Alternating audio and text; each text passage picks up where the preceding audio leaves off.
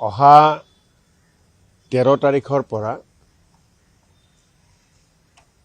গুৱাহাটীৰ ৰাজীৱ ভৱনত জিলা সভাপতিসকলৰ লগতে অসম প্ৰদেশ কংগ্ৰেছ কমিটিৰ সমূহ বিষয়ববীয়াসকলৰ লগত আৰু আমাৰ অসম প্ৰদেশ কংগ্ৰেছৰ শীৰ্ষ নেতৃবৰ্গৰ লগত মাননীয় সাংসদসকল, মাননীয় বিধায়কসকল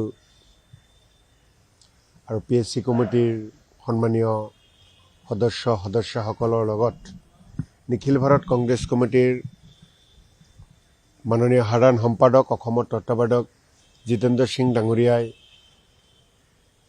বৈঠক কৰিব। 13, 14, 15, 13 আৰু 14 তাৰিখে জোন ৱাইজ জিলা পৰ্যায়ৰ বৈঠকসমূহ অনুষ্ঠিত হ'ব আৰু 15 তাৰিখে PSC কমিটিৰ মিটিং হ'ব। আগন্তুক পঞ্চায়ত নিৰ্বাচনৰ নীতি নিৰ্ধাৰণ, পাৰ হৈ যোৱা উপনিৰ্বাচনৰ বিশ্লেষণ আৰু আহি থকা সময়ত আমাৰ দলক আৰু কেনেকৈ মজবুত কৰিব পাৰি তাৰ বিষয়ে বিতংকৈ আলোচনা কৰা হ'ব। এইটোতো সঁচা কথাই কৈছে। আমিতো আগৰ পৰাই কৈ আছোঁ মিত্ৰতাৰ কথা বাৰ্তাবোৰ চাৰিওবেৰৰ মাজতে পাতিব লাগে। মুকলিকৈতো মিত্ৰতাৰ কথা পাতিব নোৱাৰি।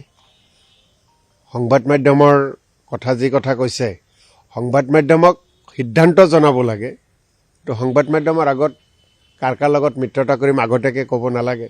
গতিকে সভাপতি ডাঙৰীয়াৰ লগত মই একমত। চাওক, যুদ্ধবিৰতি ঘোষণা কৰা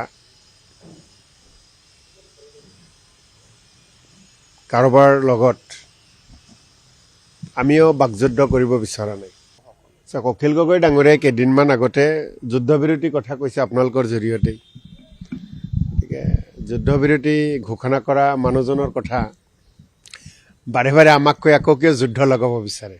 যিকোনো ৰাজনৈতিক দলে নিজৰ সাংগঠনিক দিশ শক্তিশালী কৰাৰ কাৰণে সাংগঠনিক কাম কাজসমূহ কৰিব পাৰে।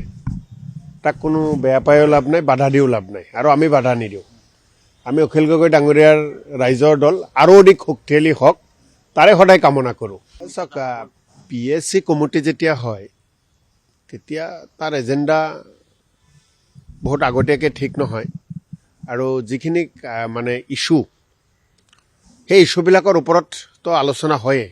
গতিকে আপোনালোকে নিশ্চিতভাৱে PSC কমিটিৰ পিছত আমাৰ দলৰ সভাপতি ডাঙৰীয়াই হওক, জিতেন্দ্ৰ সিং ডাঙৰীয়াই হওক আপোনালোকক সম্বোধন কৰিব আৰু কি কি আলোচনা হ'ল আপোনালোকে জানিব পাৰিব।